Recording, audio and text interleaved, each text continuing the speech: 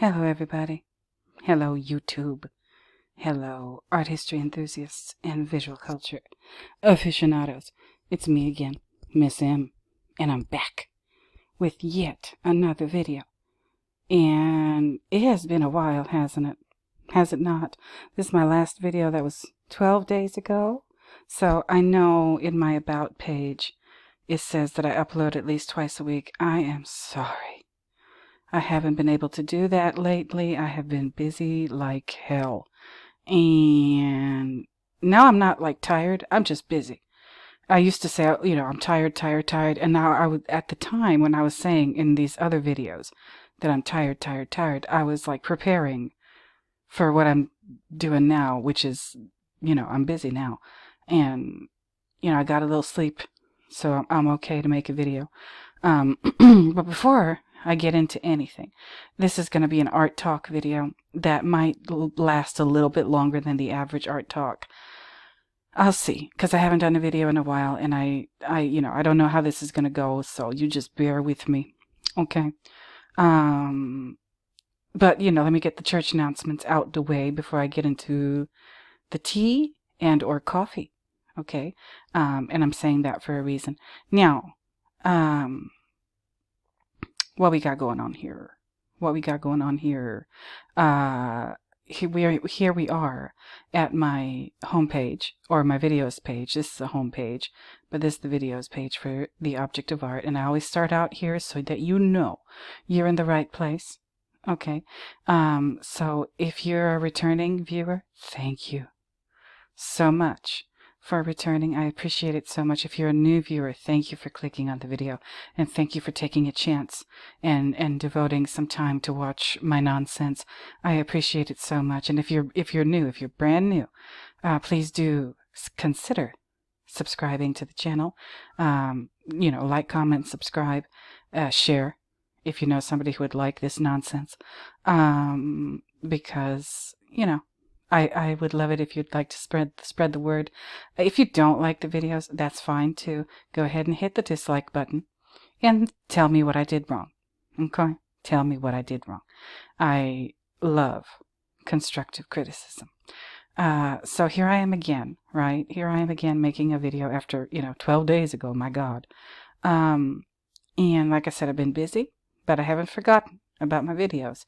I've been busy doing all kinds of stuff. I've been working, okay, and I have been trying to figure out a way to make a little bit of money. You could probably see that. I have become a Blick Art Materials affiliate, all right, and Blick Art Materials affiliate. So very appropriately, I chose a red book for my first thing that I'm gonna, I guess, promote from the company, which is a really good company. Blick Materials is an old company. They didn't always used to be called Blick Art Materials. It was a longer name, but so I've been riding with Blick Materials for a while. I know them. I know the company. I know the store. I used to go to the store back in the day. Now I don't live very close to it, but I know the store. It's a good store. It's a good company. And of course I chose one of these, right? Moleskine Classic Leather Notebook. And of course I chose the red one. And you know why. If you've been watching my channel, you know why, okay? Because I've been talking about the Kubrick thing, the Red Book thing from Max Dara, and I really think he's onto something with regard to that theory. So check out my links in my link tree right here, or I'm going to put the links in the description to Pete's Coffee, because, I do coffee breaks and whatever, so we might as well have a good cup of coffee, right? While I'm talking and you're listening, have a good cup of Pete's Coffee. It is good stuff. I love their company. I love their coffee. I love coffee in general. That's why I do coffee break videos. There's nothing that goes better with a good chat, with a good conversation, with a good kiki, with a good gossip session than some good coffee. And they also do tea, of course. So don't forget that. I'm going to put the links in the description for these items, which are amazing items. Right? So I don't know what I'm going to do now. Like I'm going to have to hit that button that says promoted video. I hope YouTube doesn't cause trouble for me regarding that. But now that I got all that out the way, okay, I got all those church announcements out the way, I can get into it. I can get into the reason why I wanted to make this video. I didn't know I was going to be making a video right now, but there I was, right? You know that I cannot just let you live in peace, right? It's been 12 days. That's way too long for you to go without having a new video from me. So I was poking around the New York Times in the arts section, of course the arts section, because that's my thing. And I scrolled down, you know, like you do. And I saw this, and I said, "Ah, shit, here it is, here it goes." So let me refresh your memory. That's, I did a video, 2 weeks ago. Amber Heard, let me click on the damn thing. You don't have to, no, we don't have to go through this again. But, Amber Heard, Basquiat, art crimes, and inauthenticity. Which is exactly what this is. It's inauthenticity. It's, no. And it had to do with the Orlando Museum of Art, right? And the 25 disputed authenticity Basquiats that they were displaying in their show. Now I saw this headline, Orlando Museum Director loses job after disputed Basquiat show. And I said, oh boy, let me take a look at this. Now, I haven't even read it yet. I just saw the headline and I just switched on my Screencast-O-Matic and I said, let's go. Orlando Museum Director loses job after disputed Basquiat show. Aaron de Groft was removed from his position days after the FBI seized 25 works that had been shown in a Jean-Michel Basquiat exhibit and whose authenticity has been questioned. Okay, I guess that's him, right? And this was published June 28th, so that was today. That's when I'm making this video. Updated in Los Angeles, California, it is still June 28th, so I guess they updated it Eastern Standard Time at June 29th. It's already June 29th over there. But, so... Now, I'm going to look at this article. That's why I said it's going to be a little bit longer than my usual art talk rants. Because it has an accompanying article. This is published June 28th. Then I found this gem here, FBI raids Orlando. So that was a couple days ago, June 24th. FBI raids Orlando Museum and removes Basquiat paintings. I don't know which one to do first. Let me do the one that comes first chronologically. Okay. So this is the article that made me click, and this is the one that I found subsequently after I found this one. When I scrolled down, like I started the page off here. So oh my God, this Orlando case, the FBI has been busy. All right, with these people in Florida. Wow. FBI raids Orlando Museum and removes Basquiat paintings. All 25 works in the museum's Jean-Michel Basquiat exhibition were seized by the FBI. An affidavit called into question their origin and their authenticity. And here's the picture. Okay, they're loading them up into the SUV. Law enforcement personnel outside the Orlando Museum of Art on Friday, June 24th.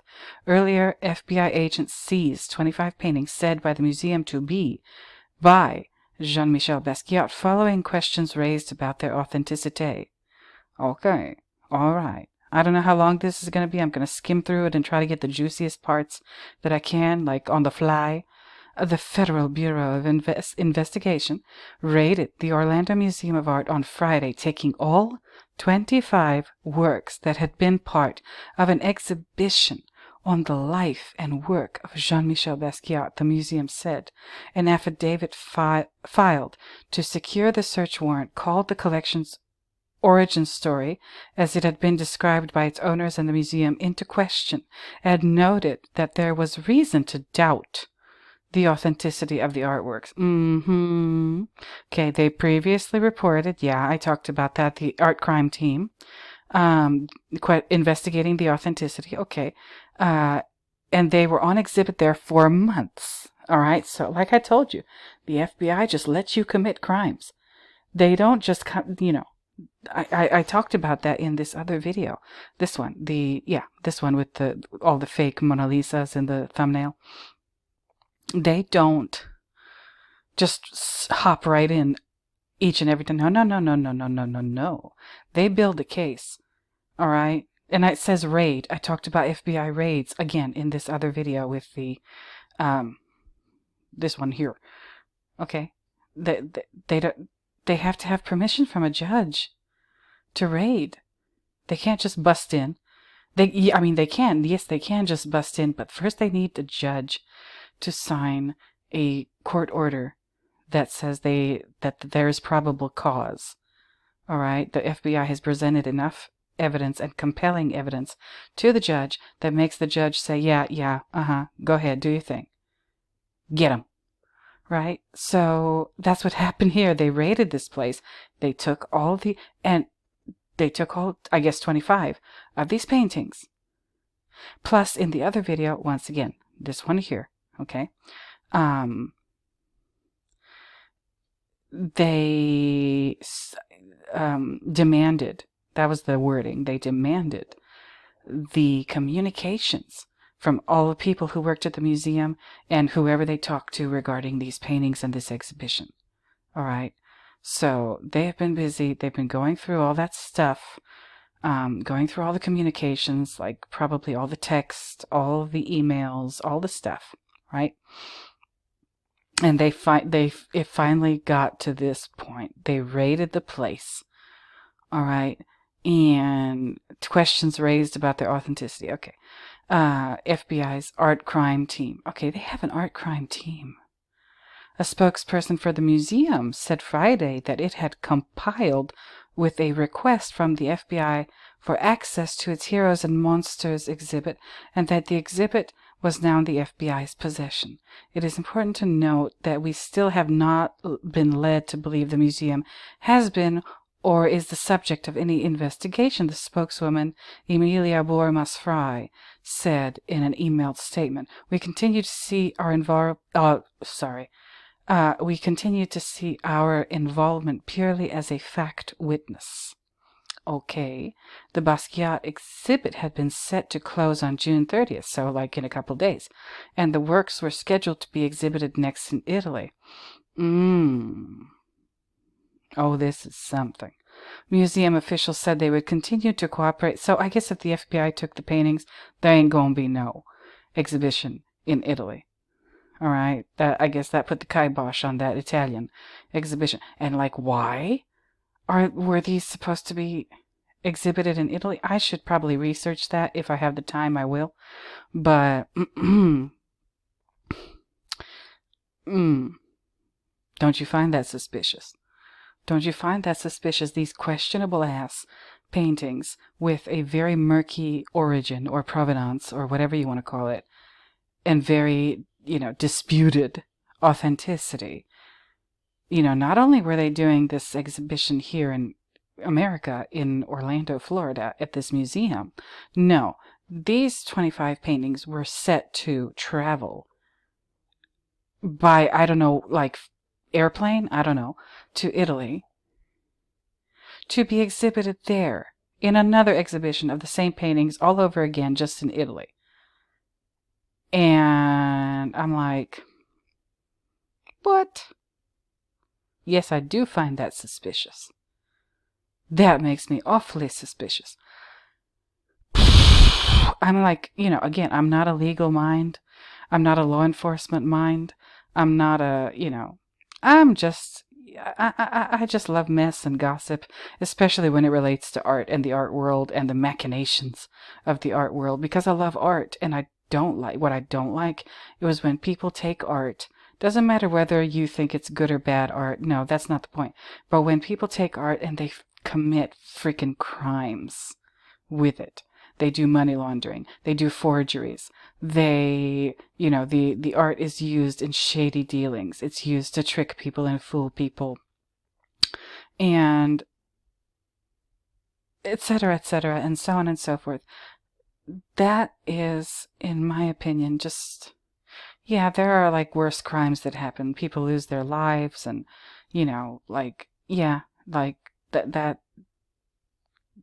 yeah, I'm aware of that and I understand that.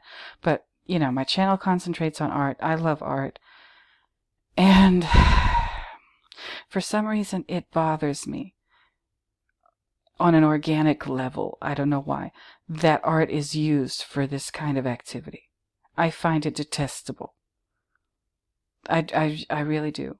Because it's indicative of an even deeper problem. It's these museums. And, they caught these idiots in Orlando. All right? The FBI did a great job. Looks like they're doing a great job. And they caught these idiots in Orlando, these museum people and whoever's working with them to pass off these paintings as authentic when they are most likely not. Okay. Museums are educational institutions. You go to a museum to learn about history. It doesn't matter what kind of history. It can be military history. It could be the history of science. It could be the history of, a culture or a group of people or whatever. And people go into the museum, people like you and me, we go into the museum and we go in there because we want to be there. We like learning. We like education. We like history. Right? And when we see something in the museum, we feel we sort of have this unspoken promise from the people who run the museum that they're telling the truth about history and whatever it is that they're exhibiting, whatever it is that they're presenting to the public, whether it's art, whether it's, archaeology, historical artifacts, collector's items, or like whatever, just rare items, old items, anything that can be used to educate people and tell a story about whatever it is that the museum is there to tell a story about. All right? And we just take their word for it. We believe them, we trust them, and then they do shit like this. They do shit like this. And now they've been, they're all but proven to have been up to no good, doing shady shit. These are, again, I'm not saying 100% because I don't know, but it looks like it's very, very likely that these are just fake paintings. They were not done by the artist that they're claiming they were done by. That is the issue here. And that looks like it's very probable that that's what's going on. Okay? So they caught him this time. They caught this museum this time and the people who facilitated this. The art dealers, the auctioneers, the, whatever organization or company does appraisals and did their little certificate of authenticity and signed that and said, yeah, this is an authentic work, but that was done by Jean-Michel Basquiat. Okay, they caught them this time. What about all the other times that they haven't been caught? Not just the Orlando, but like any museum on planet Earth. There's several in the United States, but Europe. Yeah? Europe, the British Museum, what are they up to? The Louvre. Okay? And whoever else. There's a bunch of them on planet Earth that have probably been up to no good. And I don't mean in recent history. Like, how can we take their word for it anymore? If they're capable of this, if they're prepared to do this, what else are they prepared to do? How many other kind of lies are they prepared to tell about history and, humanity and art in this case, right? And it's sickening. It's really sickening. So let me just get going. Let me get back to the coffee and tea. Okay. It's important to, yeah, I already read that. They were, okay, cooperate with the authorities. You have no choice. Amelia, you have no choice. That's the lady's name who they're quoting. You have no choice but to cooperate with the authorities. You better cooperate with the authorities. How many other lies you been telling and fooling people? According to museum employees, more than a dozen FBI agents arrived at the museum Friday morning. They walked through its front doors, presented a warrant. That's what it's called. I called it a court order. Warrant. How could I, just not remember the word warrant? I'm sorry. But they presented a warrant and then promptly began removing the 25 paintings from the museum's walls. The museum was quickly closed to the public as curious visitors peered through the now locked entrance and gathered outside, and FBI agents boxed up the paintings and moved them into waiting vehicles at the museum's loading dock. Oh my God, I wish I could have seen that. Ooh, see, that's the kind of mess I like. Okay. The spokeswoman for the FBI confirmed that a federal search warrant had been executed on Friday at the museum and said the investigation by the art crime team was ongoing. So they ain't finished. Okay, and one thing leads to another. Like that song from the 80s by The Fix. I think that's the name of the band. Oh, it's old. It's like early 80s. One thing leads to another. I might check out my Spotify. I think it's up there already. Hold on, let me see. Yep, there it is. I'm gonna put that up there. Anyway, so ongoing. Ongoing. Okay. The unsealed search warrant, which the Times reviewed, was signed by a judge on Thursday. Ooh. The 41-page, okay, affidavit was issued on the basis that 2 possible crimes may have occurred. Oh. See, this is the juicy part. Get ready. Get that coffee. Okay, put some sugar in it. Stir it around. Okay, do what you do. Put some cream, oat milk, whatever you put in your coffee. This is it here. Conspiracy and wire fraud. Oh my goodness. Ooh. Get a donut too while you're at it, or a muffin, because this is some good mess. In the documents, the FBI said it was investigating the exhibition and attempted sale of the 25 paintings and said its investigation had revealed, among other things, false information related to the alleged prior ownership of the paintings. Well, conspiracy and wire fraud. Wow.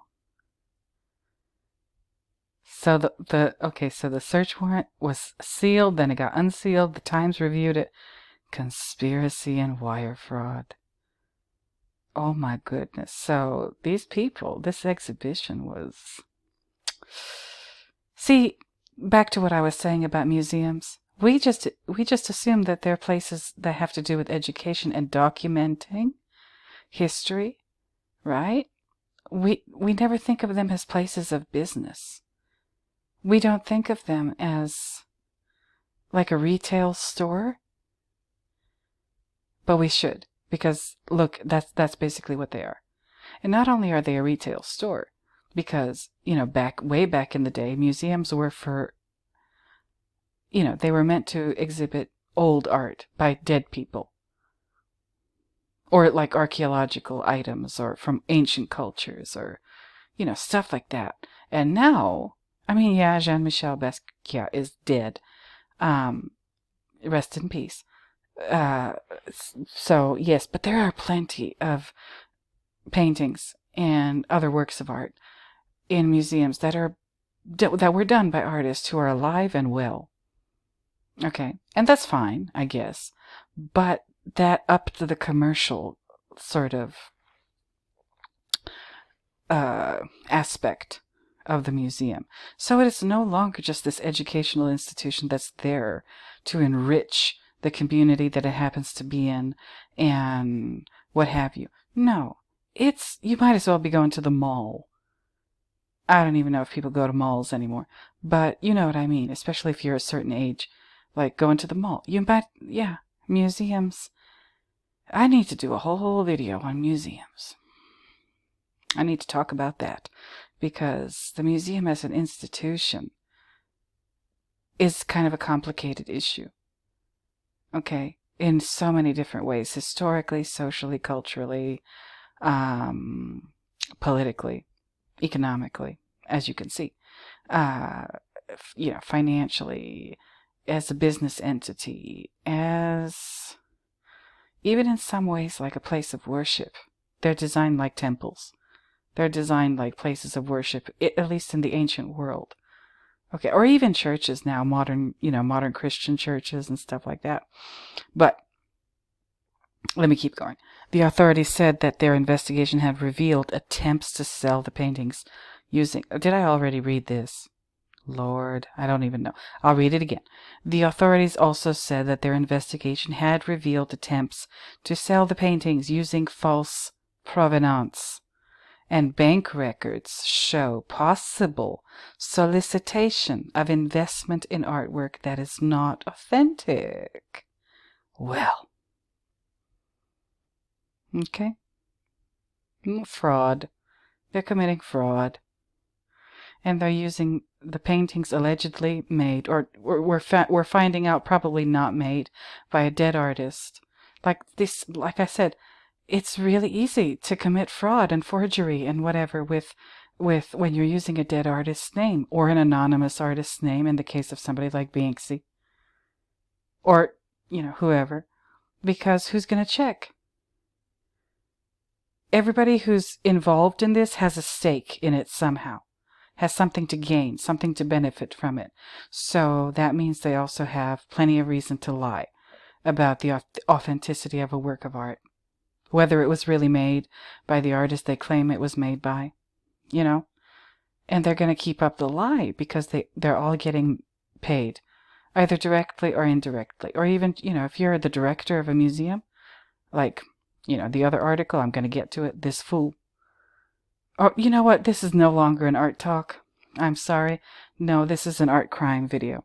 There. I've just upped the ante. This DeGroft person. These museum directors. Like, I'm not going to go and, make this blanket, generalized, sweeping statement and say they're all no good. No, I can't do that. And I'm not going to do that. And I shouldn't do that because that's wrong. But, where there's smoke, there's fire.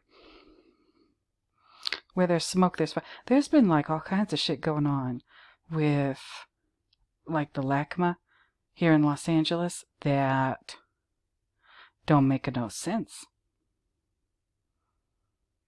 Don't make no sense. Shout out to Alexander Rogers. And I need to do a video about that too. But yeah, I've just upgraded this video from an art talk to an art crimes video.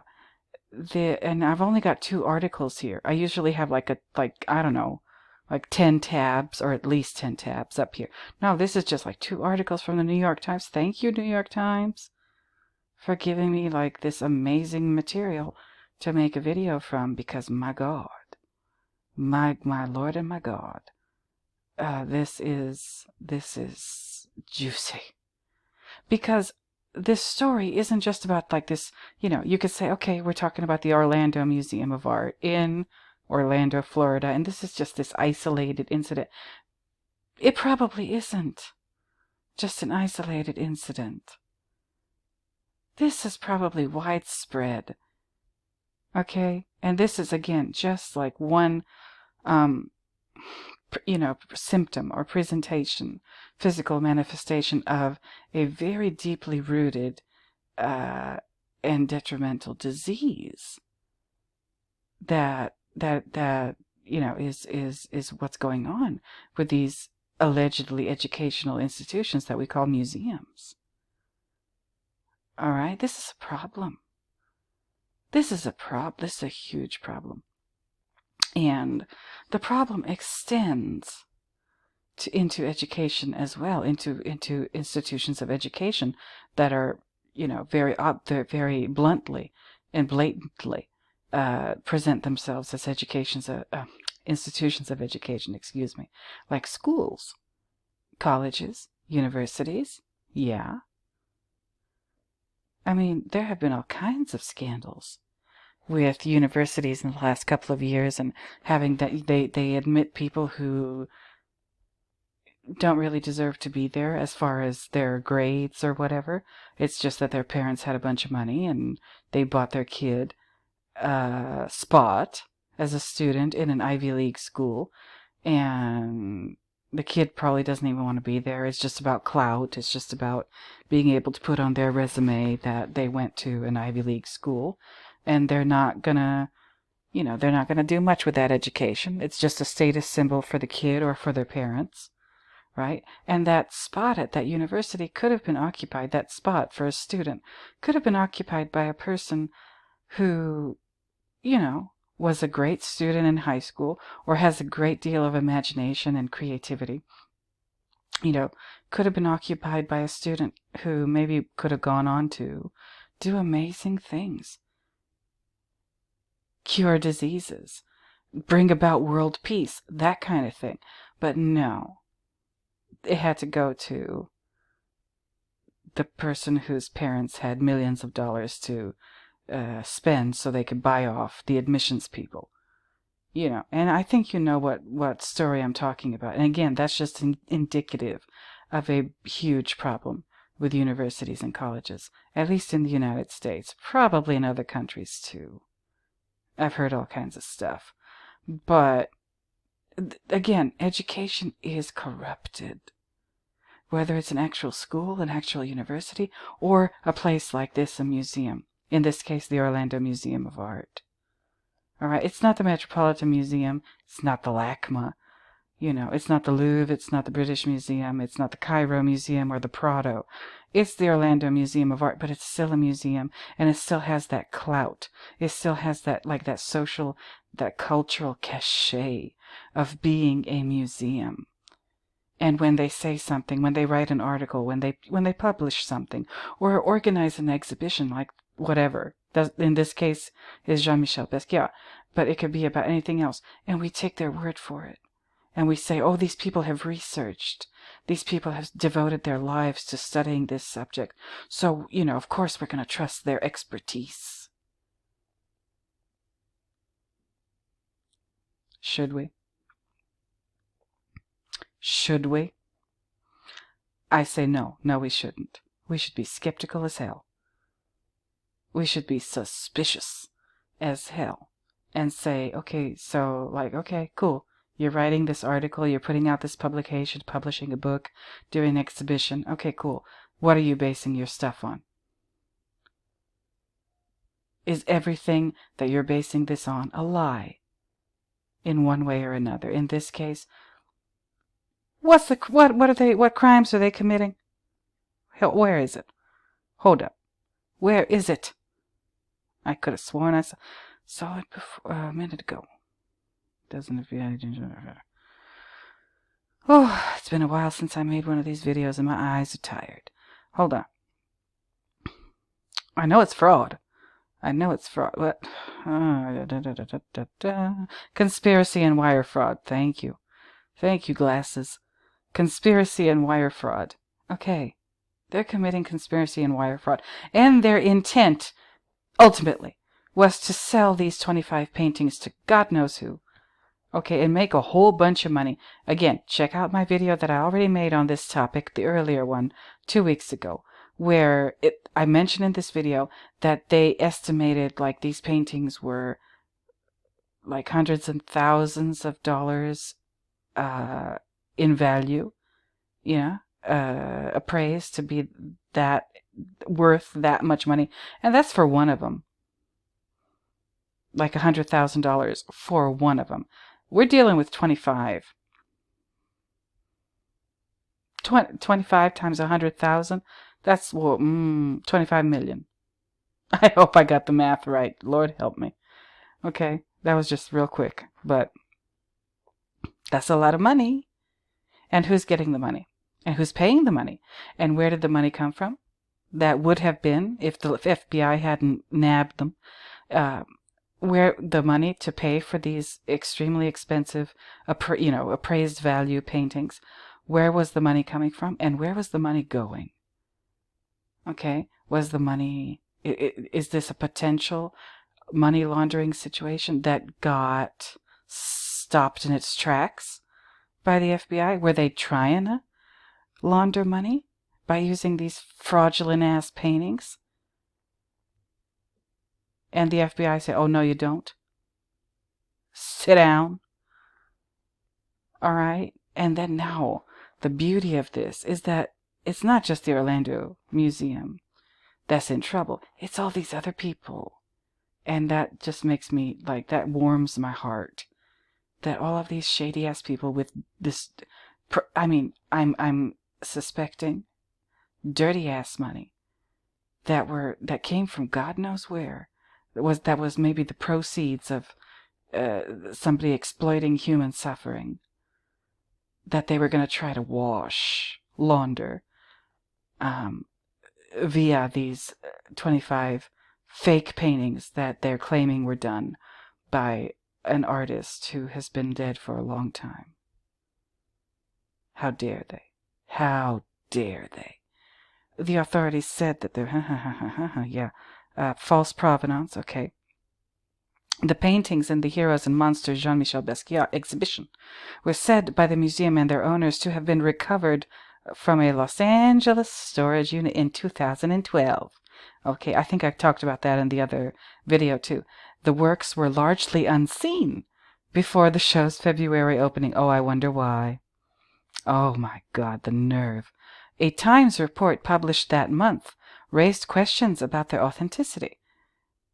I don't know if I like this sentence. It makes it sound like the Times are doing the investigation and not the FBI. Well, whatever. I'm going to let it slide. It noted that one of the artworks was painted on the back of it. Yeah, I talked about the cardboard. Yeah, the typeface aligned in a typeface that a designer who worked for Federal Express said was not used until 1994, 6 years after Basquiat's death. Untitled a work said to be by Basquiat, oh Lord, was painted in acrylic, wax, crayon, and paint stick on the back of Federal Express shipping material. Okay, 6 years after his death. Well, the affidavit for the search warrant, which was signed by Elizabeth Rivas, a special agent for the FBI, notes forensic information indicates that the cardboard on which one painting was made contains it. Okay, after 1980, in 1994, after Basquiat had passed away, okay, thereby calling into question the authenticity of at least one piece. Okay, if one is suspicious, shout out to Bailey Sarian, then there's a really good chance that all the other 24 are also suspicious. The owners of the paintings and the Orlando Museum's director and chief executive, Aaron de Groft, have all maintained that the works are genuine. Of course they have. None immediately returned a request for comment about the seizure of the paintings. Both de Groft and the owners have said that the works done on pieces of scavenged cardboard were done by Basquiat in late 1982, when he was living and working out of a studio beneath the Los Angeles home of the art dealer Larry Gagosian. Oh, I'm going to do a video about his ass too. And preparing for a show at Gagosian's gallery. Well, they said Basquiat sold the works for $5,000 to a now deceased television screenwriter, Todd Mumford, who put them into a storage unit and apparently forgot about them for 30 years. That's suspicious. Until the unit's contents were seized for non-payment of rent and auctioned off in 2012. Gagosian has said he finds the scenario of the story highly unlikely. Ooh, Gagosian is just trying to get them off his back. Oh my God. In the affidavit for the search warrant, Rivas said that she interviewed Mumford in 2014 and learned that Mumford never... Oh, what the hell? Mumford never purchased Basquiat artwork and was unaware of any Basquiat artwork being in his storage locker. What the hell? Mumford, oh, this is getting just juicier and juicier. I hope you got another cup of coffee. And another muffin or donut or cookie or something. Mumford also told Rivas that one of the artworks' owners had pressured him to sign documents claiming that he had owned the collection, which would help establish the painting's authenticity, even offering in an email to give him 10% interest in the net proceeds. Oh my goodness. And conveniently, Mumford is dead too. I mean,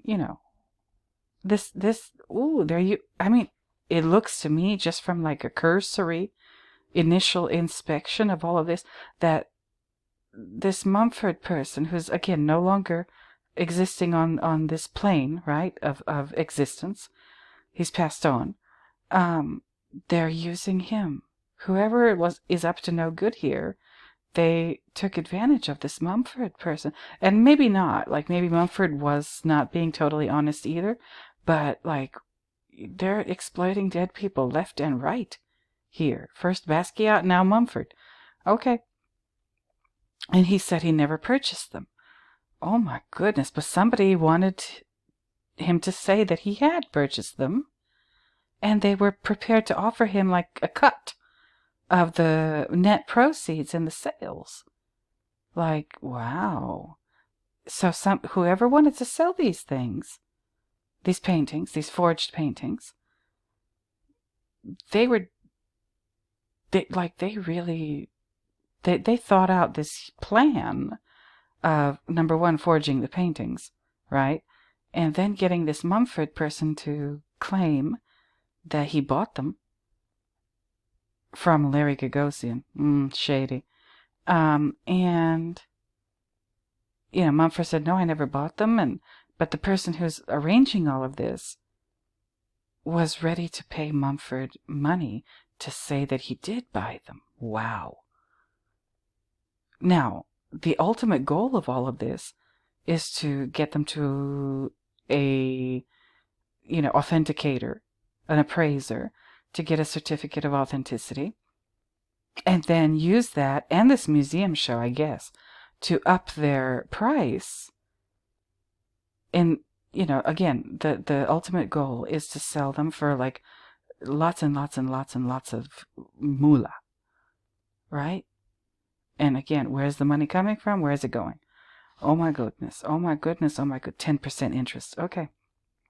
The affidavit says that in 2017, a year before his death, Mumford signed a declaration in the presence of federal agents stating that at no time in the 1980s or at any other time did I meet with Jean-Michel Basquiat, and at no time did I acquire or purchase any paintings by him.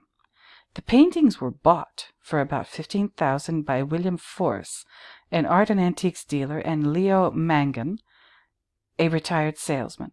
Pierce O'Donnell, a lawyer, who bought an interest in 6 of the 25 works and hired several experts who said that the works appeared genuine. I talked about that in the other video. One of those hired experts who was identified in the affidavit only as expert 2, told the FBI that her work had been mischaracterized by the painting's owners. Oh, shit. Ooh, it's just getting juicier and juicier and juicier and juicier and juicier. Oh, I'm enjoying this. I'm enjoying this. This is amazing. This is just amazing. Wow. An associate professor of art at the University of Maryland, Giordana Moore Saghese, confirmed in an email that she was expert too. After being paid $60,000 for her work, the affidavit notes, Saghese later contacted the museum to ask that her name not be associated at all with the exhibition. The affidavit said that the museum's director, de Groff, had replied to her via email, You want us to put out there you got 60 grand to write this. Okay then, shut up. You took the money. Stop being holier than thou. Ooh. Oh my God. De Groft, still insisting the paintings were genuine, then threatened to share the details of that payment with her employer. Do your academic thing and stay in your limited lane. Oh my God. Oh, see now, I could say something about this too. This professor woman, Jordana Sagese. I mean, de Groft, as grimy and slimy as he probably is, he kind of has a point, doesn't he? $60,000. And she, she took the money, but she didn't want her name to be associated with. I wonder why. She took the $60,000, but she didn't want her name attached to this thing because she knows that something is wrong. All right? Her work had been mischaracterized by the paintings on. She knew what that money was for. That she accepted the $60,000. She knew that the $60,000. This is just my opinion. Okay, I don't have a disclaimer, but obviously it's my opinion. I'm the one making the video, but she knew what the hell that was. She knew that was a payoff for her, for her expertise, so that they can do shady shit. She knew that. See, so remember what I was saying a couple minutes ago. Okay, so museums, now we know they're not to be, if we weren't sure before that they're not to be trusted, now we're 100% faux show that they're not to be trusted. All right? I'm not saying don't enjoy a museum. No, go. Okay? Go and enjoy the museum. But know that there's some fuckery going on. Know that.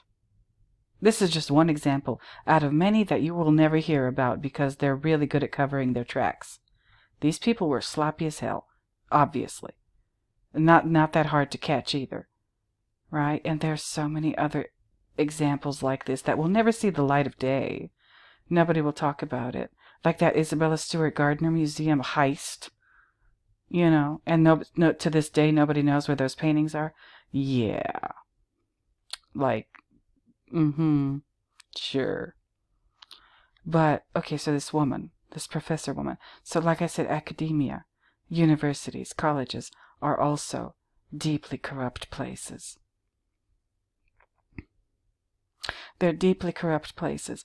And, I could say some shit. And I don't know whether or not it's a good idea for me to say some shit.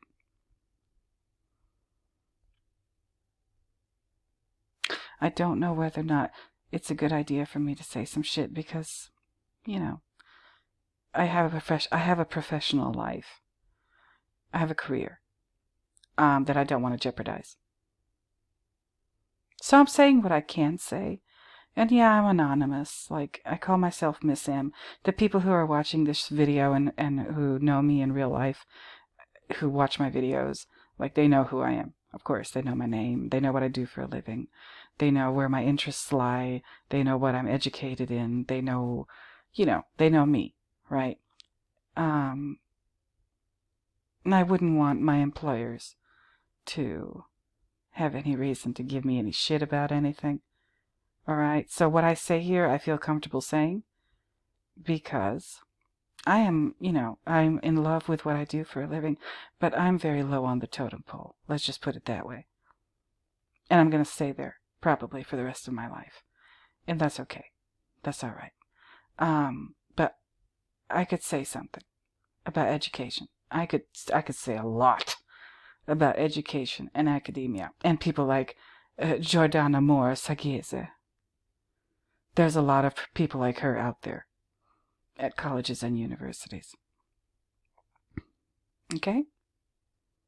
So that calls into, I said, this whole thing calls into question, and forces us really to confront the fact that museums are places of, as you can see here, corruption.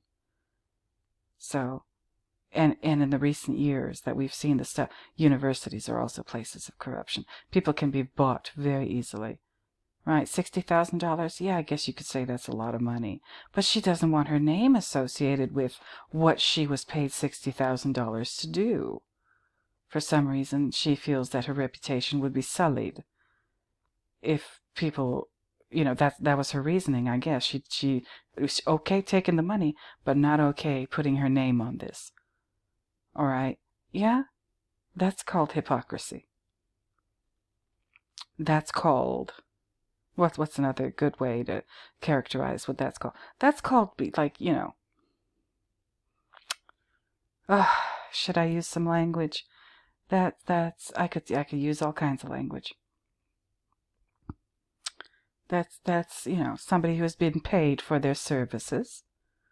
All right, but would like to remain anonymous because they have this whole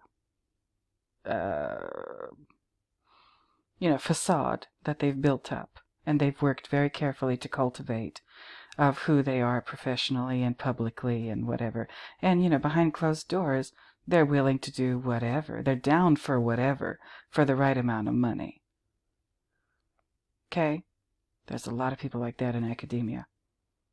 And it's especially the ones that you think are the most pure of heart. Okay? That's I'll leave it at that. How about that? So this is especially sickening. Ooh, see, that's why I need all this coffee to keep like the vomit in my stomach, right? Rather than having it come up. You took them, then like de Graaf, he's grimy and slimy and shady as hell and no good, but his corrupt ass has a point. I'll read it again. You want us to put out there you got 60 grand to write this? ? Okay then, shut up. You took the money. He sounds like a pimp. I'm sorry, he does. Okay then, shut up. You took the money. Stop being holier than thou. Wow. I wonder if that was followed by a nice, good loud bitch slap. I don't know. De Graaf still insists the paintings were genuine, then threatened to share the details of that payment with her employer. Do your academic thing and stay in your limited lane. So that's what academics are. De Graaf just, these words that he wrote to this woman who wanted to take the money but not have her name associated with the shady shit. Ooh, the hypocrisy. But he basically just broke it down. He's, academic people, no, they're not impartial.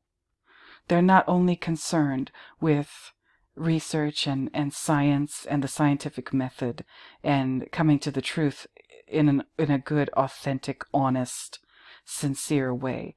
No, everything that surrounds you.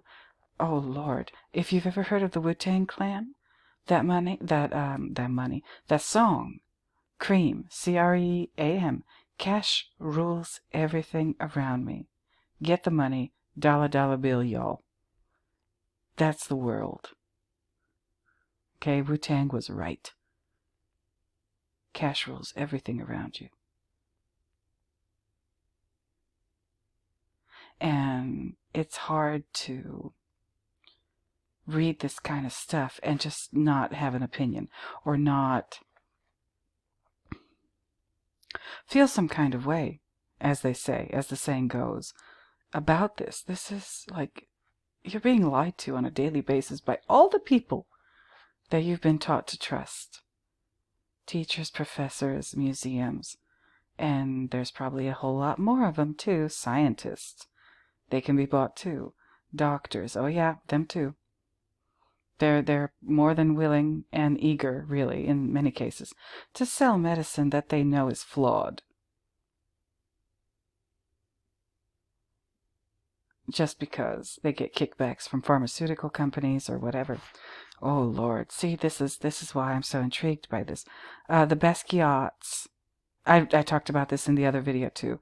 The Basquiat Estates Authentication Committee disbanded in 2012 when many artists' estates stopped trying to authenticate works because of costly litigation.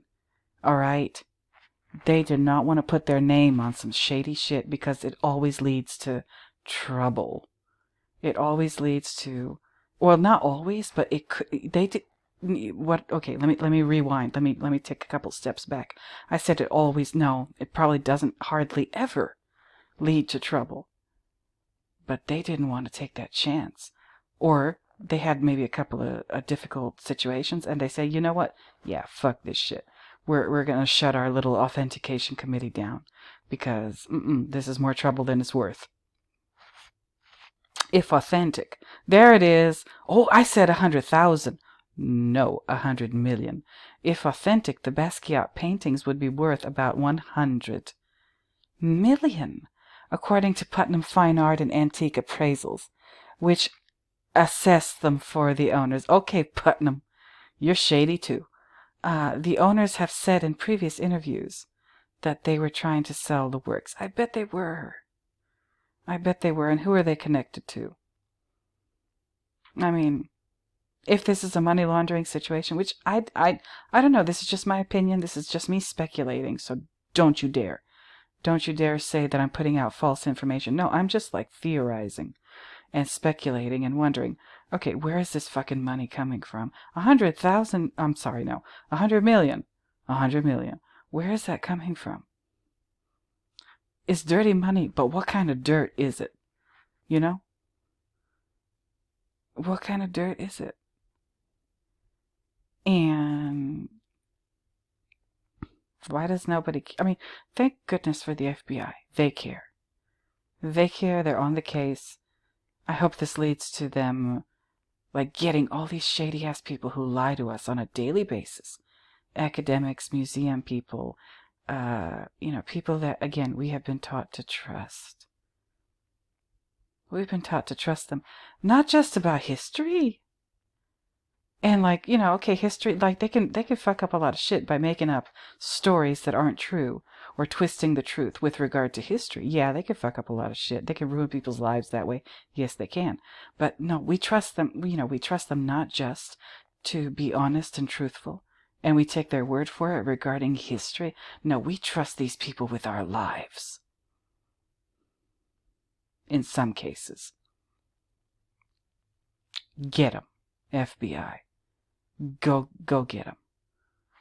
All right, the intentional art sale. The intentional sale of art known to be fake is a federal crime. And they end with that sentence. Thank you, Matt Stevens, for doing this article. You did a great job, and I give you your props. Yes, I wish I could. Matt Stevens and Brett Sokol. This is an awesome article. I'm going to, of course, leave the link in the description. But I'm not done. And yeah, I know I'm running up on an hour, but I don't give a shit. I'm having fun. This is going to be part 2. Orlando Museum director loses job after the one that talked to Sageze, Joanna. The one who wanted her reputation untarnished. He talked to her I said it, and I stand by it. Here in this email that they're reproducing a couple lines from the emails between them two. Yeah, he sounds like a procurer. All right. Yeah, I said pimp. All right. But no, I'll use nicer language. Procurer. That's how he sounds. Okay. Isn't that interesting? It takes somebody like that, to show us. And this is him being like, this is in this email that they're telling us about here. This is him being real with this chick, this Joanna person. Or, no, not Joanna, Jordana, sorry. Right? He's letting her know, like, hey, he's calling her holier than thou. Stop being holier than thou. You're willing to take this money, but you're not willing to stand in your shit. Shame on you. Can you imagine being dressed down and morally, like, reprimanded by a procurer. My God. And a procurer tells you about yourself. Ooh, shit. I mean, really. I mean, this is just my opinion about this stuff. This is not, I'm not an investigator, no, but I just love this juicy ass gossip. And yes, I have an opinion. Of course I do. It's my channel. I can say my opinion, Okay? Lisa. Is the tea good? Is the coffee good? I think it's delicious. All right. Aaron DeGroft was removed from his position days after the FBI seized 25 works that had been 25. I can't get over that number. That's a lot of paintings. Had been shown in a Jean-Michel Basquiat exhibit and whose authenticity had been questioned. How long is this article? Oh, it's not too long. Okay. Aaron DeGroff had insisted that the works shown in the Orlando Museum's Basquiat exhibit were authentic. Of course he did. Oh, hello again, Brett Sokol. I guess Brett is on the case.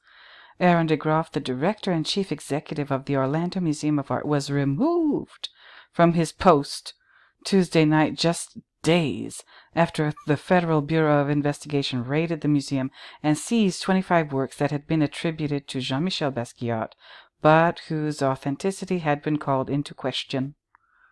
Board members, that board. Oh, yeah, The buck does not stop with, what's-his-face? Aaron. No. He's got his superiors, too. He's got the people he answers to. Who are those people? The board. The board of directors. Okay, board members. Those are the people who run the shit for real. All right, and the buck doesn't stop with them either, by the way. Okay, I mean, no.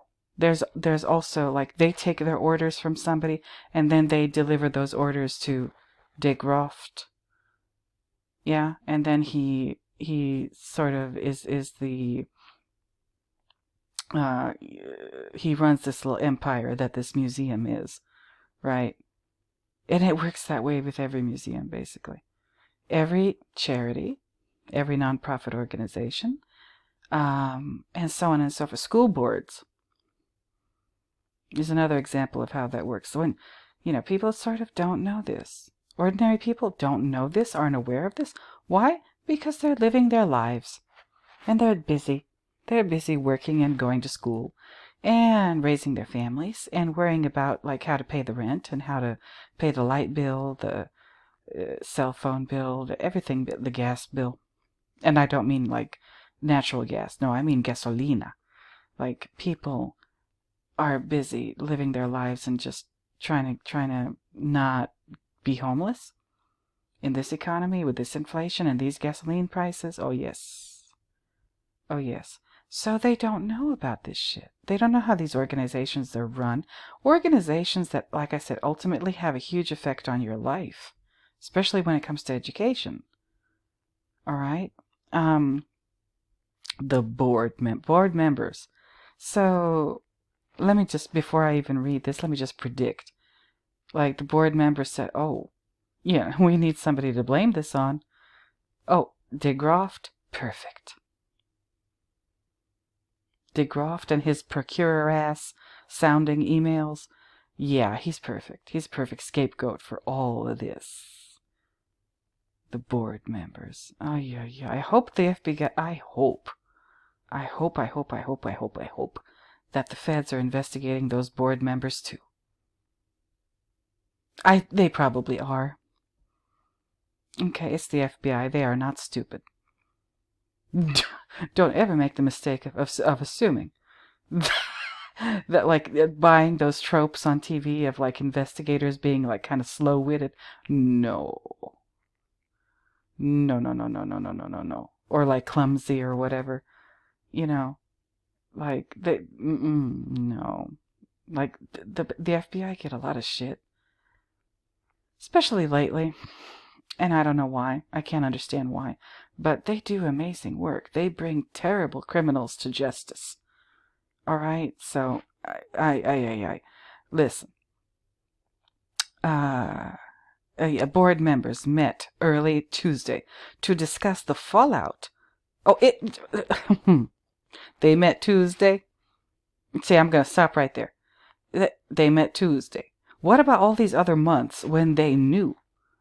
All right, if the New York Times knew, then they knew too, that the FBI were slowly gathering evidence and getting into all the communications, and probably, like, who knows what else the FBI were looking at, and how long they were looking at all of this stuff. Because I said, like I said, they let the criminals commit crimes so that they have a good, solid case against them.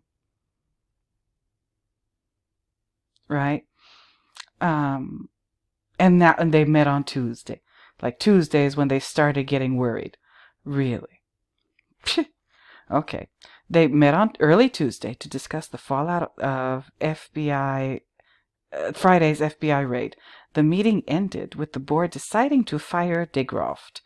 Oh, and they don't even use the word dismiss. They just use the word fire. Okay, cool.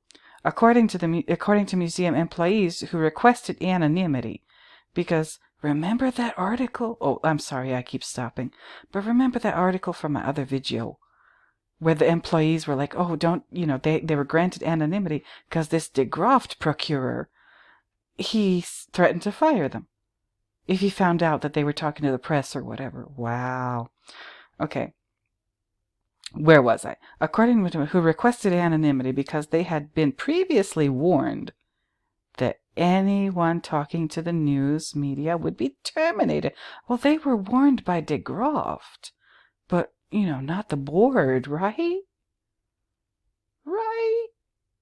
The board, DeGroft, he's like the bad guy. He's the one writing these procurer-sounding emails. But the board people, they're there just because they love art, right? Okay?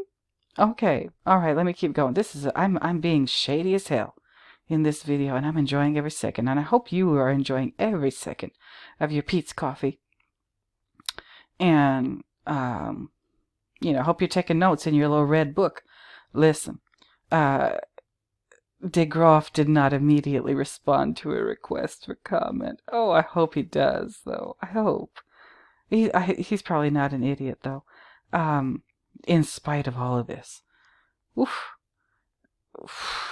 He's probably not going to say anything without a lawyer present from now on.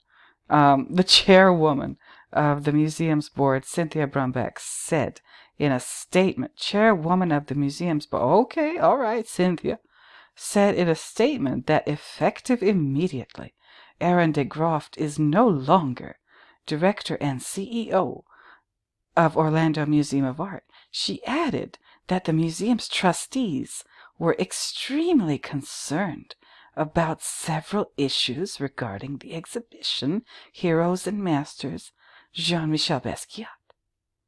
They're extremely concerned, eh? Among them, she said in the statement, was the recent revelation of an inappropriate email correspondence sent to academia concerning the authentication of some of the artwork in the exhibition. Okay, listen. We already read about this over here. Jordana Moore Sagiese. All right, now she's a professor of art, an associate professor of art at the University of Maryland. As far as I know, Maryland is not in Florida. Maryland is a state, and Florida is a state. And the University of Maryland is in Maryland. It's not in Florida. You see what I'm saying here? Why didn't he get somebody from Florida? I'm sure they have universities there. And number 2, it says, okay, professor of art. Doesn't say art history. It says professor of art. So is she like a painting teacher? Is she teaching students? I don't know. I don't know. Okay, so I did a little search. Okay. I found Jordana's page at her place where she works in the University of Maryland. PhD. Okay, cool. These are her areas of expertise, all right. And she's a professor. And not only is she a professor of American art, and she's also the former editor-in-chief for the College Art Association's Art Journal. Now, if you're an art historian of any kind, in the United States, this is the professional organization that you become a member of. You don't have to. It's not mandatory, but it's a good idea. So you can put it on your resume, I guess. And yeah, you have to pay dues. Her research focuses on modern and contemporary American art with an emphasis on expressions of blackness. Okay. And she wrote something called Reading Basquiat, Exploring Ambivalence in American Art, the first and still only monographic study of Basquiat to be published by an academic press. Oh, that's why they called her. Okay, I see. Now, her expertise. Okay, listen. So what it looks like to me is that she knowingly contributed her expertise to a situation, a project that she knew there was something wrong with. Hence, the reason why she didn't want her name associated with it. But at the same time, she had no problem taking $60,000. I don't know if there's a conflict of interest if she's working for this university and she's supposed to be a Basquiat expert. Okay. So she's contributing to a museum exhibition about Basquiat. I would think that she would want people to know about that, right? If everything's on the up and up. But obviously it wasn't. And obviously she knew, or somebody told her, or whatever. And she still did it. She still worked with these people. Expert 2 is what she was identified as in the affidavit. All right. The FBI, she told the FBI that her work had been mischaracterized. How do we know? Because she took the money but didn't want to put her name on it. So this woman might, oh, Lord. Is she very smart? Is she very bright? She could just say, yeah, no, they lied. I didn't do any of that. She could have done that. She could, unless, maybe not, because there's a paper trail or a trail of communications, emails and whatnot, and maybe she couldn't make that claim that, because the emails probably contain attachments with rough drafts of her work and whatever she wrote, researched, whatever, to prepare for this exhibition. So maybe she couldn't make the claim that they paraphrased her work or added something that she didn't intend. No, it's all there in black and white in the emails, probably.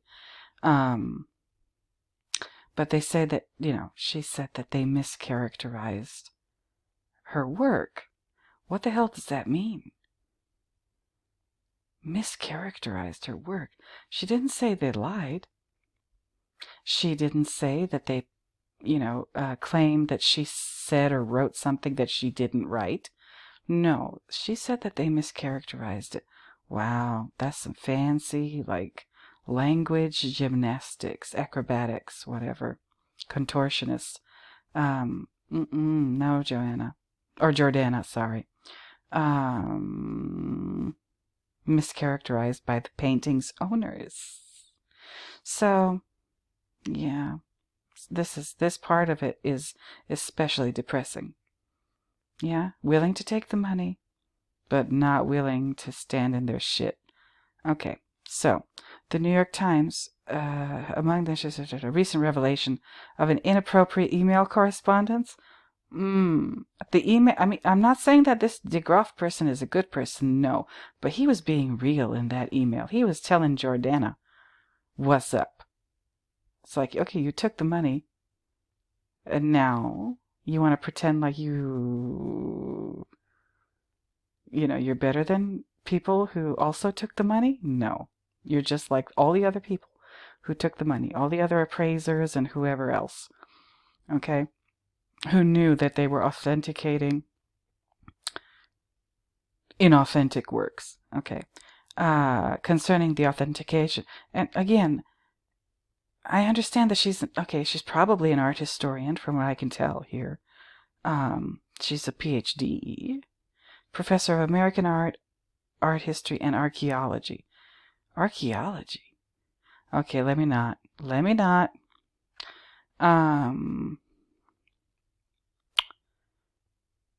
So that makes her an expert.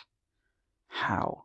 Like, what are the qualifications for because if she took the money, she took the $60,000 to offer her expertise to authenticate the fraudulent Basquiats. So this whole thing makes her look really bad and puts all of her other work under suspicion. Like, how many other times has she lied? Or how many? Oh, I'm sorry. No, let me take that back. How many other times has her work been mischaracterized? Let me keep going. I am being shady, and messy.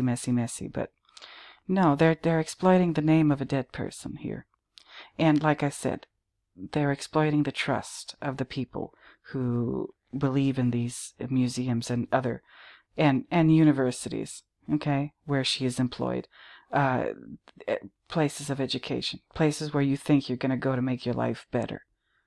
All right, no, they don't deserve a pass. Oh no, is that the right? Oh no. Expert number 2. Oh yes, okay. The affidavit had been filed to secure the search warrant signed by. Okay, cool.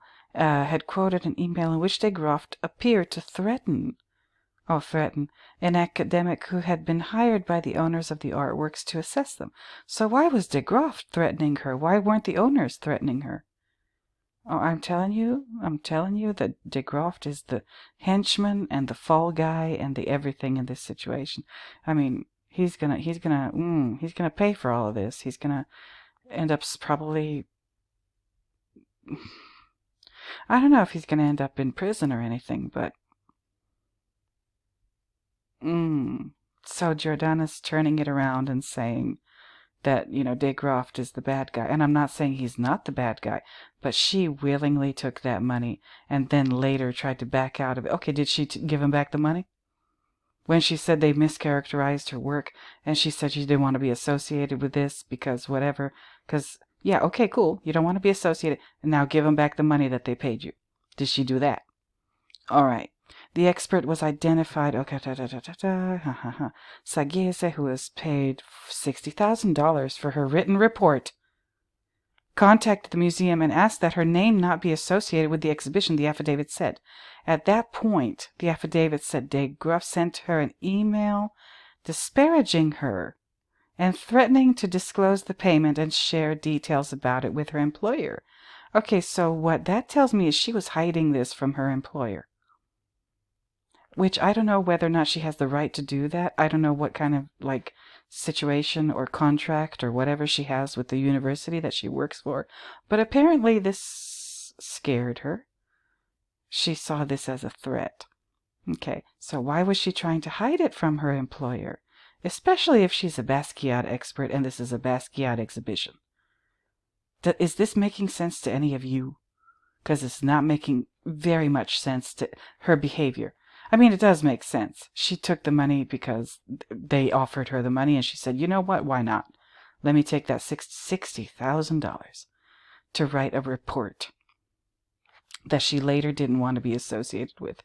Like, at what point did she realize that she was, up to her armpits and shit?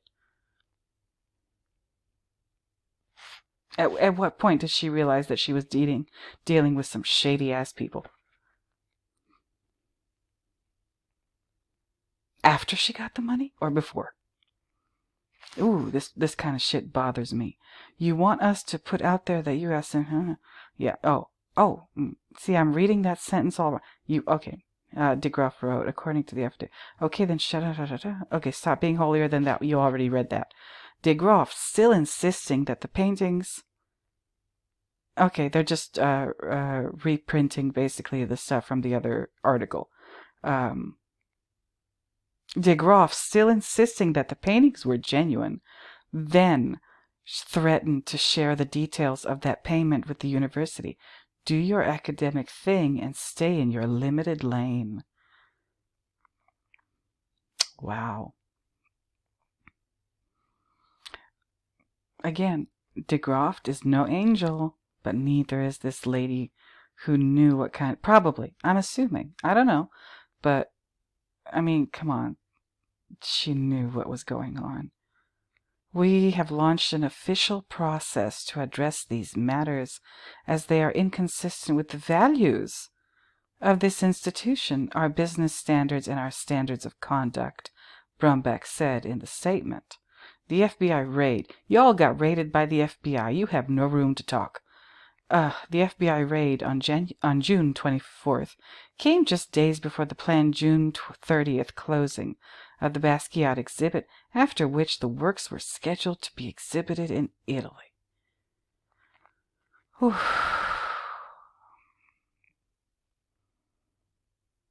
Okay, so the rest of this is kind of a repeat of information that we've already gone over.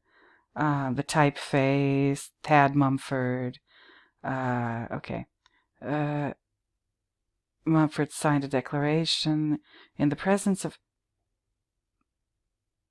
Lord. I just read this article. Okay, this pair. I'll read it to you.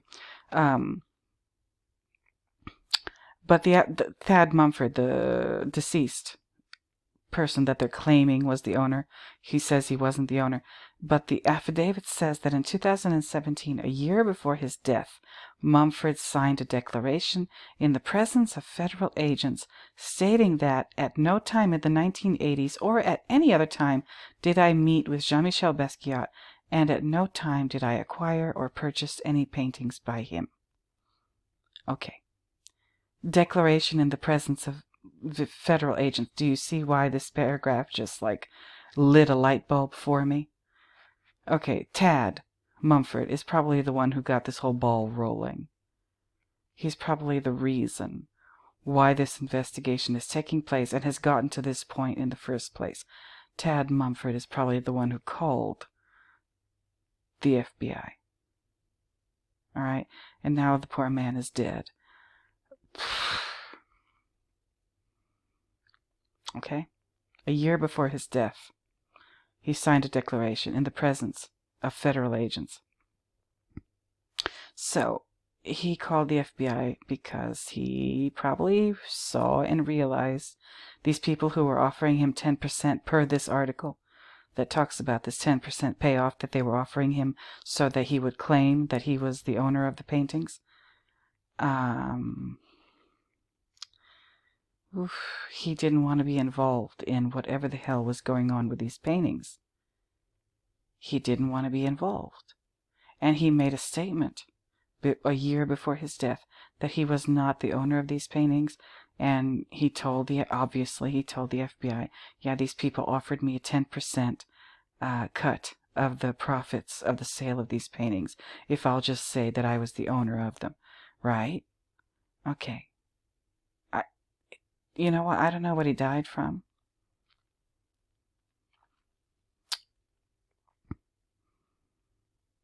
I don't know what he died from.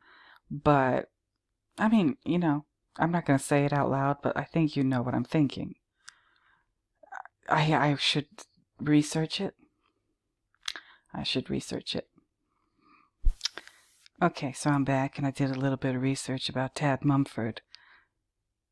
Affidavit says that in 2017, a year before his death, Mumford signed a declaration in the presence of federal agents stating that at no time in the 1980s or at any other time did I meet with Jean-Michel Basquiat, and at no time did I acquire or purchase any paintings by him. So I said, okay, who was this guy?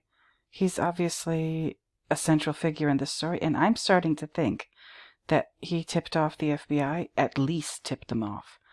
Let me get to his biography here on Wikipedia. Todd Mumford, born February 1951, Washington, D.C., and died September 6th, 2018, in Silver Spring, Maryland. Okay. It doesn't say a lot about his life here. He was a bat boy for the New York Yankees. Okay. He wrote for a lot of really famous shows. He wrote for MASH, The Cosby Show, A Different World, Maude, NYPD Blue, Good Times, Home Improvement, The Duck Factory, Alf, Roots, The Next Generation's Judging Amy, and plenty of other shows. So this guy was no slouch. He was obviously a very well-known writer in, for TV and movies and what have you. Now, this is his IMDb page. Again, very similar information. You can read the full bio and everything here. These are some of the shows he's famous for writing for. His filmography is very long. Okay, this was a somebody, this person. Now I found this at the very bottom. I almost didn't scroll to the very bottom. He was a page at NBC's affiliate in Washington, D.C.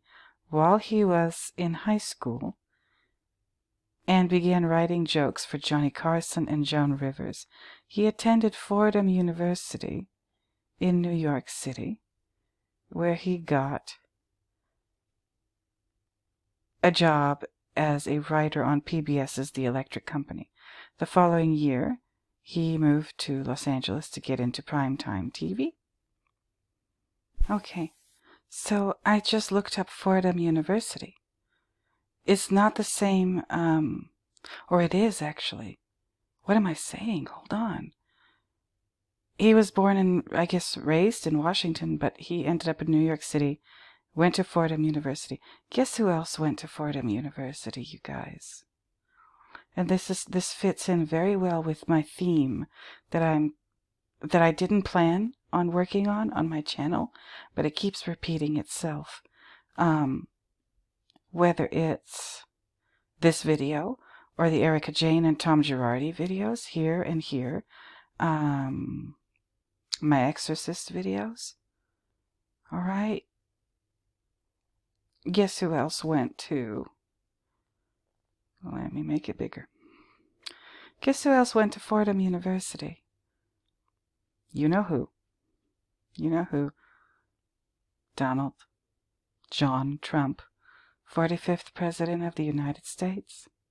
Erica Girardi's husband also has something in common with Trump. And now Todd Mumford, the guy that I'm very strongly suspecting is the one who tipped the FBI off to get this whole case kicked off. All right? Oh my goodness, oh my goodness, oh my goodness. So yeah, I looked up Fordham University. Fordham University, as it says here in the sidebar, is a private Jesuit research university in New York City, established in 1841 and named for the Fordham neighborhood of the Bronx, in which its original campus is located. And of course, you could go to Wikipedia and read more about it. Donald Trump is an alumni of Fordham. He went there for 2 years before he went to the University of Pennsylvania, the Wharton School, for, I think, economics is what he studied. I'm not sure, don't quote me. But, yeah, there's those Jesuits again. Listen. God bless this man. God bless Todd Mumford for doing what he felt was right and notifying federal agents that some shit was going on with these Basquiat paintings. I don't know if he paid for this with his life. I just don't know. And yes, that's what I'm thinking is something. Because his biography is, look, for somebody who's written for that many shows, The Cosby Show, that was like a really serious show. A Different World, Rock, that was another fun show from the 90s. Clarissa Explains It All, hello, NYPD Blue, Sesame Street, and so on and so forth. Soul Food, all right. He did a lot of really interesting work. MASH seems like the big one, 36 episodes. Oh, wow. Maude, another like really famous comedy from the 1970s. Good Times, who could forget that show? Oh, Fordham University. I am so glad that I looked stuff up. And again, maybe these connections that I'm finding I'm not trying to find them. They just keep popping up. Maybe these connections mean absolutely nothing. Maybe these Jesuit connections with Erica's husband and Donald Trump, and now Todd Mumford, the guy who I very strongly suspect notified the FBI about this. He happens to have been educated at a Jesuit school, too. Oof. I'm a little bit shocked, but that's okay. You guys, people, viewers, and listeners, I am pooped. I am absolutely just dog tired after making this video. I've been talking for an hour and a half. I don't know if this is going to be my longest video yet, but it's up there. I don't know how many views this video is going to get, how many eyes and ears it's going to reach. My Erica one from 12 days ago got 41 views. From 2 weeks ago, my Understanding the Shining Part 5 got 143 views. And that's fine. I'm a small channel, and if that's the way it's got to be, then that's the way it's got to be. But listen, I didn't know, when I started this video, that this is where it would go. I had no idea. I had no idea. How could I have known? There's no way for me to have known.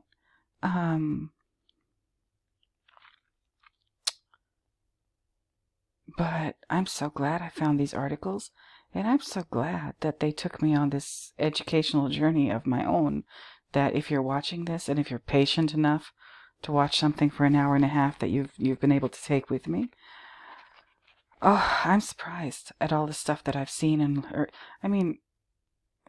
I have discussed what I believe are some very important issues to do with the museum as an educational institution, and how this particular Orlando Museum of Art case is indicative of serious problems with museums as an institution and universities. Hello. Okay, yeah, that's her. That's her. $60,000 to write a report. If I was paid $60,000 every time I wrote an essay in my life, I would be a very wealthy woman by now.